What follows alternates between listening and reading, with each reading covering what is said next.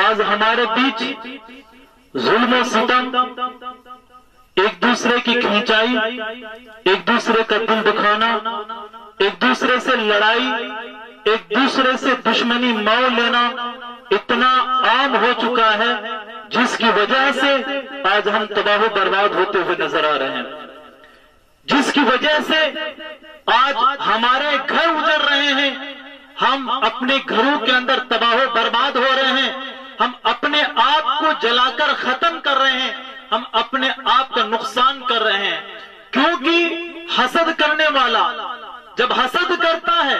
تو وہ لوٹتا نہیں مگر اسی کے اوپر، یعنی جو کسی کی تکلیف دیتا ہے،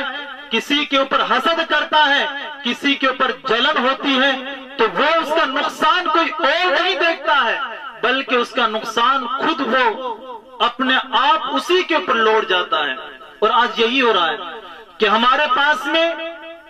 باہر سے آنے والی کمائی نے ہمارے دلوں کو اتنا اندھا کر دیا ہے کہ آج حسد ہمارے اندر کوٹ کوٹ کے بھرا جا رہا ہے۔ اگر دیکھا جائے اخباروں کے اندر شیرانی، نیوزوں کے اندر شیرانی،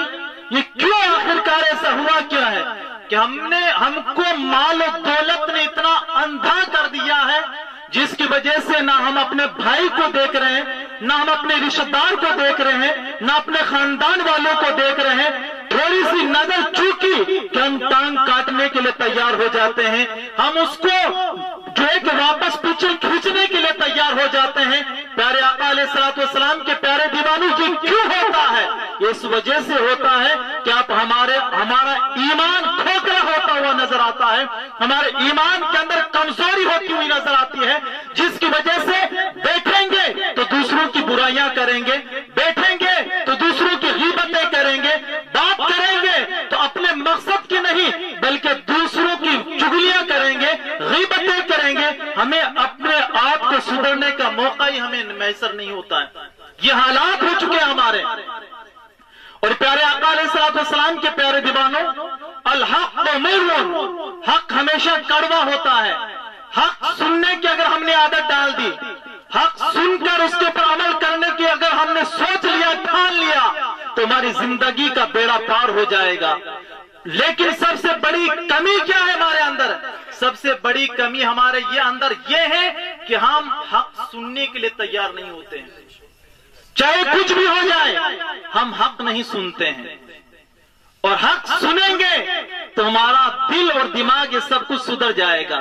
تو پیارے آقا علیہ الصلوۃ والسلام کے پیارے دیوانوں، حضرت عمر فاروق رضی اللہ تعالیٰ عنہ کے زمانے کا واقعہ میں آپ کو سناؤں کہ حضرت سیدنا عمر فاروق رضی اللہ تعالیٰ عنہ کا دور خلافت ہے۔ حضرت عمر فاروق رضی اللہ تعالیٰ عنہ کے بارے میں آپ نے سماعت فرمایا ہوگا کہ حضرت عمر فاروق حکمراں ہونے کے باوجود، حاکم ہونے کے باوجود، بادشاہ ہونے کے باوجود، 22 لاکھ مربع میل یعنی آدھی دنیا سے زیادہ کا حکمراں ہونے کے باوجود، حضرت عمر فاروق کی عادت مبارکہ تھی کہ آپ راتوں کو گشت لگایا کرتے تھے، راتوں کو اپنی بستی کے اندر چکر لگایا کرتے تھے کہ میری رعایا کے اندر، میری حکمرانی کے اندر، میری دیکھ بھال کے اندر کوئی بھوکا تو نہ سویا ہو، کوئی ایسا تو نہیں ہے جس کو میری حکومت کے ہونے کے باوجود بھی کسی کو کوئی ستا رہا ہو، کوئی کسی کا دل دکھا رہا ہو، کوئی بھوکا سو رہا ہو، یا کوئی اور کسی کے اوپر کوئی انسان ظلم کر رہا ہو۔ تو حضرت عمر فاروق کبھی نقاب پہن کر اور کبھی یوں ہی آپ ساری رات مدینے کی گلیوں کے اندر گشت اور چکر لگایا کرتے تھے۔ تو پیارے آقا علیہ الصلوۃ والسلام کے پیارے دیوانوں، حضرت عمر فاروق رضی اللہ تعالیٰ عنہ ایک جھونپڑی کے پاس میں جاتے ہیں جس کے اندر ایک بڑھیا ہے اور بڑھیا زار و قطار رو رہی ہے۔ تو حضرت عمر فاروق رضی اللہ تعالیٰ عنہ نے اجازت چاہی کہ مائی کیا میں اندر آ سکتا ہوں؟ تو مائی نے کہا کہ یہاں تیرا کوئی کام نہیں ہے، تو نہیں آ سکتا ہے۔ حضرت عمر فاروق نے پھر اجازت چاہی، اجازت مل گئی۔ تو بڑھیا سے کہا مائی تو کیوں رو رہی ہے؟ یہ رات کس تنہائی کے اندر رونے کی وجہ کیا ہے؟ تو زار و قطار آنسو کیوں بہا رہی ہے؟ تو اس بڑھیا نے کہا کہ حضرت عمر فاروق کی حکمرانی کے باوجود بھی آج 3 دن ہو گئے ہیں، مجھے کھانا نصیب نہیں ہوا ہے،